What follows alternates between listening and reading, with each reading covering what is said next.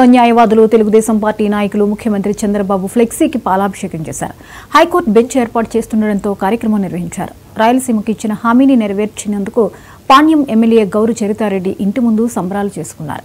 కర్నూలులో high court bench రావడానికి కృషి చేసిన ఎమ్మెల్యేలకు మంత్రులకు ధన్యవాదాలు తెలిపారు. గత ప్రభుత్వంలో కర్నూలులో హైకోర్టు ఏర్పాటు చేస్తామని చెప్పి ప్రజలను మోసం చేశారని ఆగ్రహం వ్యక్తం చేశారు. గత ప్రభుత్వం మాదిరి కాకుండా త్వరగా హైకోర్టు బెంచ్ ఏర్పాటు చేయాలని వారు కోరారు.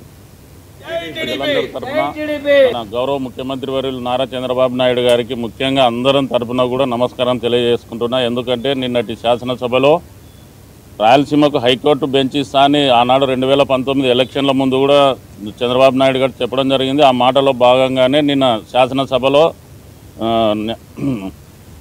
రాయలసీమకు హైకోర్టు బెంచ్ కేటాయించి ఆమోదించడం జరిగింది. కనుక ఈ విషయంలో చంద్రబాబు నాయుడు గారికి, అదేవిధంగా ప్రభుత్వానికి, ప్రభుత్వ పెద్దలకు, రాయలసీమ ఎమ్మెల్యేలందరికీ, ముఖ్యంగా మన పాణ్యం ఎమ్మెల్యే గౌరు చరితమ్మ గారికి అందరికీ కూడా పేరు పేరున ధన్యవాదాలు తెలియజేసుకుంటున్నాం. సార్, మీరు ఏ విధంగా అయితే నిన్న శాసనసభలో ప్రకటించినారో అదేవిధంగా కూడా ఈ కార్యక్రమాన్ని తొందరగా పూర్తి చేసి రాయలసీమ ప్రజల చిరకాల కోరిక నెరవేర్చవలసిందిగా కోరుతున్నాం. ఎందుకంటే రాయలసీమ అనాదిగా అన్ని రకాలుగా కూడా వెనుకబడింది. ఈరోజు ఒక మంచి అవకాశం కల్పించినారు.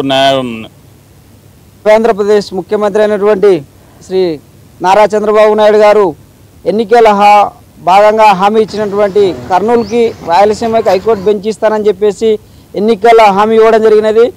అదేవిధంగా యువ నాయకుడు యువగలం పాదయాత్రలో కూడా కర్నూలుకి ఖచ్చితంగా మేము బెంచ్ ఇస్తామని చెప్పేసి హామీ ఇవ్వడం జరిగినది. ఆ విధంగానే బెంచ్ ప్రాసెస్ కూడా గౌరవ సీఎం ఆఫీస్ నుంచి లా సెక్రటరీ పోయి, లా సెక్రటరీ నుంచి హైకోర్టు రిజిస్టర్ నేలపాడు వారి గుడికి వెళ్ళడం జరిగింది. తదుపరి అనంతరం అది ఒక ప్రాసెస్ అయిన తర్వాత 83 కేసులు రాయలసీమ రీజియన్లో 4 జిల్లాల్లో భూభాగం ప్రకారంగా, తర్వాత 83 కేసుల ప్రకారంగా విభజన చేయమని చెప్పేసి హైకోర్టు రిజిస్టర్ గారుకి చెప్పడం జరిగింది. ఆ విధంగానే భారత అత్యున్నత న్యాయస్థానమైనటువంటి సుప్రీంకోర్టు కూడా పంపడం జరిగినది.